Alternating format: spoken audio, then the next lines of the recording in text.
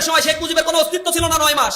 যারা এখানে খেটে খাওয়া মানুষ, কুলি মজুর, দিন মজুর, ব্যবসায়ী, ছাত্র জনতা, যারা 71-এ জীবন দিয়েছিল, তাদের মূল লক্ষ্য ছিল সাম্য, মানবিক মর্যাদা, সামাজিক সুবিচার প্রতিষ্ঠা করা। এরপরে তারা এসে 1972 সালে বলা কওয়া ছাড়াই একটা সংবিধান তৈরি করলো। যিনি সংবিধান প্রণয়ন করেছিলেন সেই শেখ মুজিবের মুক্তিযুদ্ধের নেতৃত্বের সময়, মুক্তিযুদ্ধ চলাকালীন সময়ে তাদের এখানে কোনো অবস্থান ছিল না, তার পরিবার পরিজন এখানে ছিল।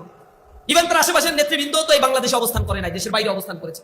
মানুষ জীবন দিয়েছে, কাতারে কাতারে শহীদ হয়েছে, দেশটাকে এসে আবার এখানে বাকশাল কায়েম করেছে। সে বাকশাল থেকে মানুষ মুক্তি পাওয়ার জন্য এখানে বিদ্রোহ করেছিল, সিপাহী জনতার বিদ্রোহ হয়েছিল।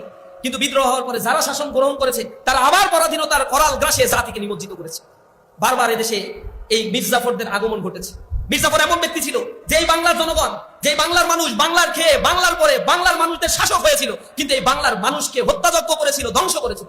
এই অঞ্চলে আপনারা জানেন 1176 সালে 1770 এখানে 76 সালে মনোত্তর হয়েছিল।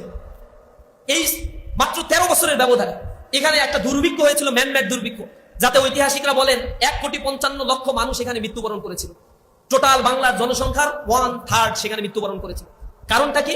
1 বছর আগে এই অঞ্চলে যত ফসল উৎপাদিত হয়েছিল সেই ফসলগুলো সব ব্রিটিশরা কিনে নিয়েছিল।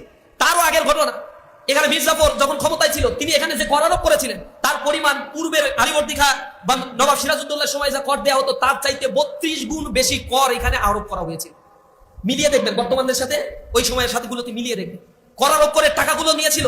জমিদাররা যখন টাকা দিতে পারতো না, এখানে চিরস্থায়ী বন্দোবস্ত করা হয়েছিল, সূর্যাস্ত আইন করা হয়েছিল। সূর্য ডোবার সাথে সাথে যদি জমিদাররা কর না দেয়, খাজনা না দেয়, তাহলে তাদের স্থাবর অস্থাবর সব সম্পত্তি তো নিবে। তার স্ত্রী, সুন্দর স্ত্রী থাকলে তাকে নেবে, সুন্দরী তার কন্যা থাকলে তাদেরকেও তারা অধীনস্থ করে নেবে। এই কারণে মুসলমান জমিদার যারা ছিল এই জায়গাগুলো ছেড়ে গিয়েছে, আর উর্মিচাঁদের মতো ব্যবসায়ীরা এইখানে বাসা বেঁধে তাদের মতো করে এই জমিগুলো তারা ব্রিটিশদের বন্দোবস্তের অধীনে তারা নিয়ে এসেছে। এই পরাধীন করেছিল তারা। কাদেরকে তারা হত্যা করেছিল? কাদের জায়গায় এখানে স্থাপন করতে গিয়ে খসড়ি বেগমরা এই কনস্পিরেসির আশ্রয় নিয়েছিল।